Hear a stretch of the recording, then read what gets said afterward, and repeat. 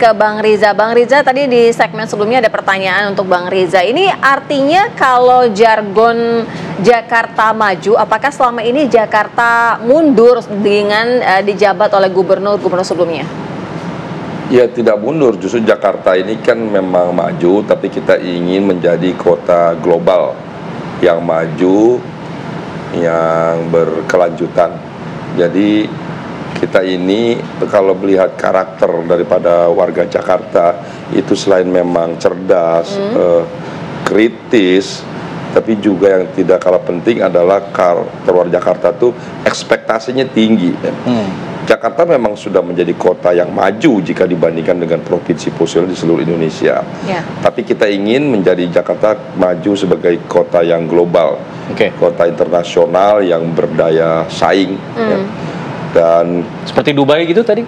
Iya, seperti kota-kota yang ada di dunia ya.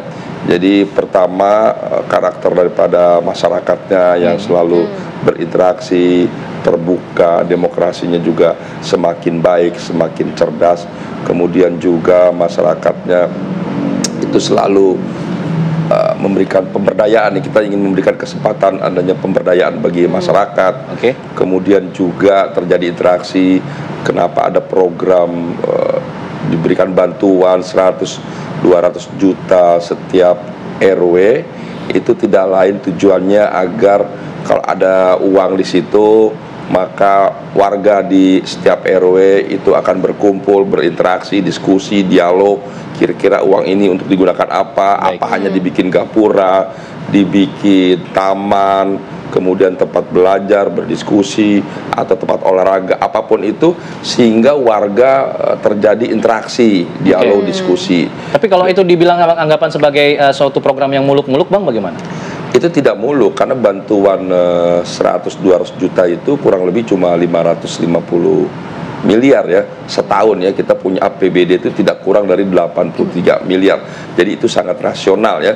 Jika dibandingkan hanya RT dan RW saja, yang selama ini kan RT dan RW saja yang mendapatkan gaji, warganya dapat apa? Uang ini bukan dibagikan untuk warga, tapi warga setidaknya punya tanggung jawab yang besar bagaimana bertanggung jawab terhadap lingkungannya di tingkat RW. Sehingga sekarang RW akan hidup, akan berkembang, akan lebih baik, akan maju. Bayangkan ada 2.741 RW mendapat bantuan semua. Setiap warga itu sekarang bergerak, berdiskusi, ingin berpartisipasi, ingin terlibat aktif agar setiap RW-nya itu menjadi lebih maju, lebih bersih, lebih rapi, lebih keren. Itu contoh yang kecil. Baik, kalau dari Mas Adi sebenarnya melihat begini, apa yang sudah disampaikan sesuai dengan jargon, kemudian visi dan misi. Nah, paling tidak apa sih sebenarnya yang paling dibutuhkan warga Jakarta? Apakah yang sudah disampaikan ini memang benar-benar yang dibutuhkan, atau sebenarnya ada kebutuhan-kebutuhan lain yang lebih urgent? Kalau kita menggunakan masyarakat Jakarta itu dalam perspektif yang rasional, mereka ini adalah pemilih kritis, tentu perspektifnya dua hal. Pertama dari kualitas individual, jadi masyarakat Jakarta sebisa mungkin kualitas hidupnya itu meningkat, terutama di bidang ekonomi.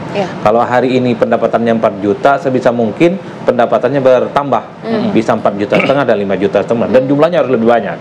Kalau itu yang dirasakan oleh masyarakat pemilih kita ini, bukan tidak mungkin janji yang disampaikan oleh para kontestan ini akan dipilih. Yang kedua tentu secara kebijakan politik ya, karena apapun orang di Jakarta ini nggak cukup punya uang yang memadai untuk kebutuhan kehidupan mereka. Yang paling penting bagaimana kebijakan-kebijakan yang selama ini membuat Indonesia jauh lebih bagus. Soal macet, tentang polusi, tentang banjir, tentang kesembrautan, tentang disparitas antara yang jantung kota dengan pinggir kota, antara yang Jaksel dengan barat dan utara, itu kan jauh sekali pembangunannya. Kalau kebijakan-kebijakan itu juga dirasa, saya kira orang Jakarta akan berpikir bahwa dia adalah sebagai calon yang sangat rasional untuk mereka pilih.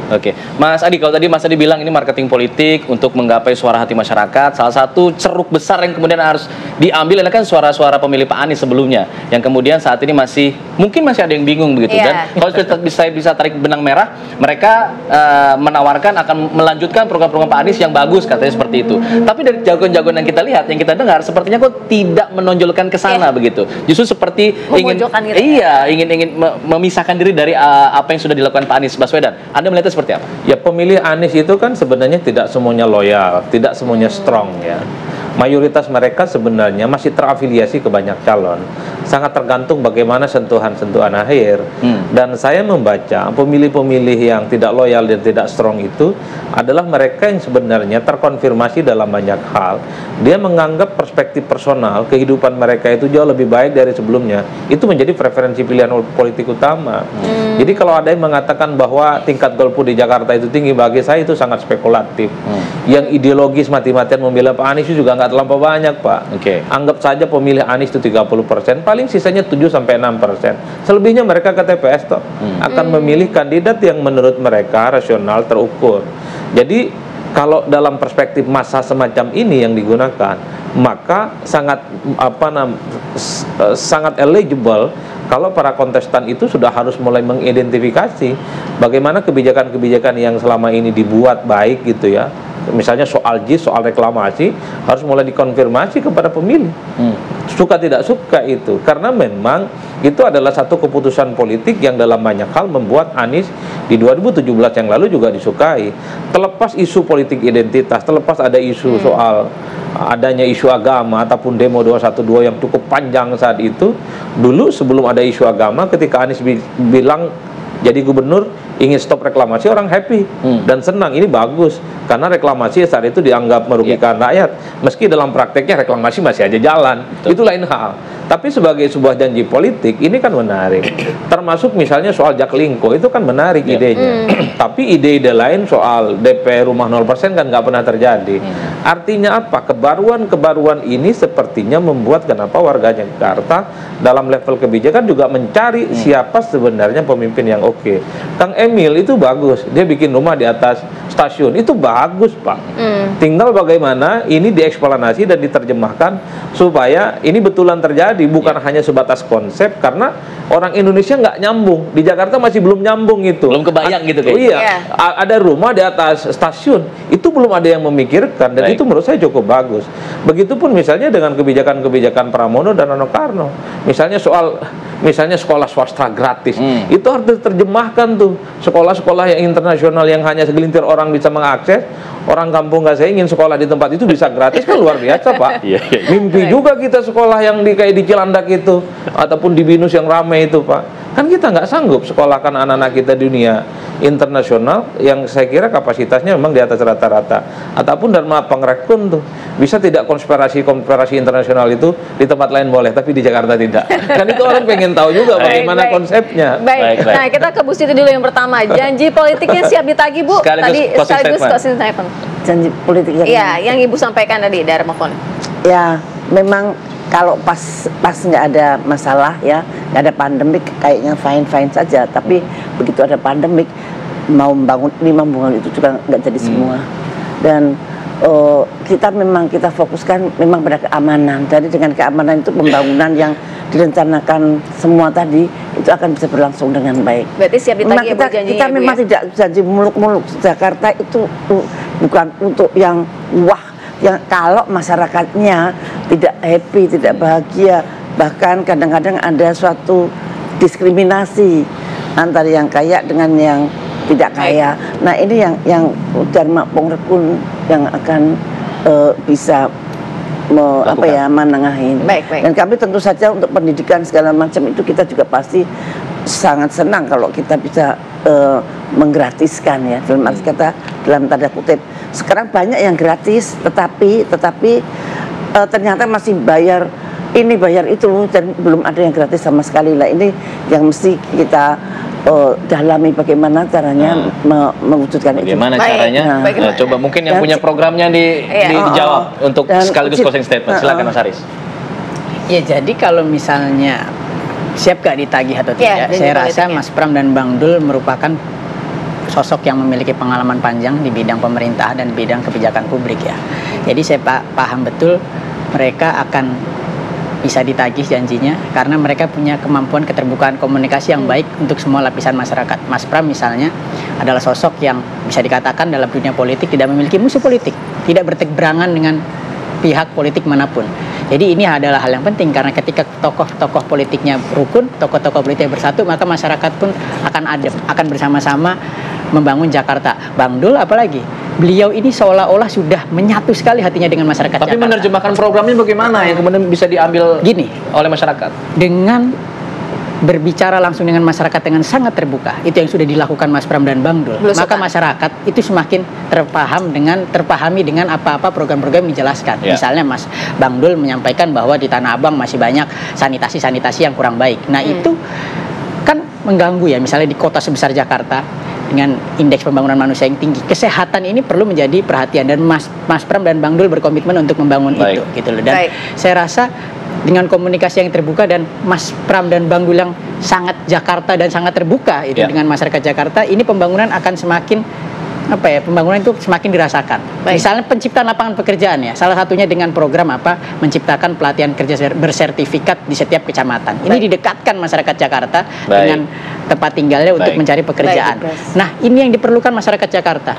Itulah mengapa Mas Pram dan Bang Dul sangat terbuka dan sangat fokus untuk belusukan, karena apa? Dengan komunikasi politik yang baik dengan masyarakat, dengan komunikasi yang sederhana dan apa adanya, inilah yang membuat program-program dapat diterjemahkan dan dimengerti oleh masyarakat Jakarta. Bang Riza, janji politik siap ditagih jika nantinya memang akan dipilih suaranya oleh warga Jakarta? Ya tentu ya, jadi tadi saya sampaikan tidak hanya rasional, cerdas, kritis, tapi ekspektasi tinggi. Dan ternyata masyarakat Jakarta juga tidak ingin atau sudah capek lah dengan pemimpin yang cuma bisa bikin janji kampanye tapi tidak mampu mewujudkan. Sehingga karakter masyarakat sekarang di hampir seluruh Indonesia, apalagi di Jakarta, ingin pilih pemimpin yang sudah teruji, terbukti dan berpengalaman. Inilah kelebihan pasangan kami. Bang Emil itu kan pengalaman yang sukses sebagai wali kota Bandung, berpengalaman yang baik, sukses, berhasil sebagai gubernur Jawa Barat dengan segudang sederet prestasi yang luar biasa dalam dan luar negeri.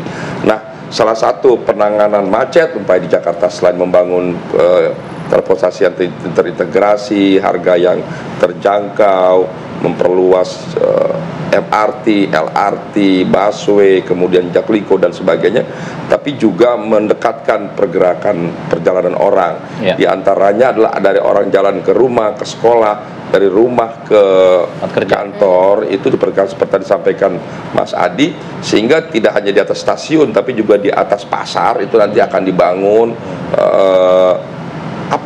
rumah vertikal atau rumah flat atau rusunawa dan rusunawi dan sebagainya. Di bawah itu bisa pasar, kemudian bisa puskesmas, di atas perumahan, dan itu dibangun di tengah-tengah kota. Di Jakarta itu ada 153 pasar, itu bisa dimanfaatkan, belum lagi stasiun. Di beberapa negara biasa itu rumah di atas stasiun. Nah, di Jakarta sangat mungkin karena stasiun memiliki area yang cukup luas. Jadi ke depan akan didekatkan antara rumah hunian dengan tempat bekerja. Itu salah satu konsep dalam rangka penanganan macet di Jakarta. Baik, itu kita sudah sama-sama mendengarkan janji politik yang siap akan ditagih jika salah satu di antara mereka akan terpilih. Mudah-mudahan daripada dicatat semua ya. Kayaknya warga Jakarta lebih pada catat. Langsung tagih. Kita akan tunggu nanti seperti apa siapa yang akan terpilih. Anda bisa langsung tagih kepada mereka. Terima kasih semuanya, Ibu Siti, Mas Aris, Bang Riza, Mas Adi Praetno. Terima kasih banyak sudah hadir di Apa Kabar Indonesia Pagi. Kita jeda dulu pemirsa. Kita akan hadir dengan sejumlah informasi lain tetap di sini di Apa Kabar Indonesia Pagi.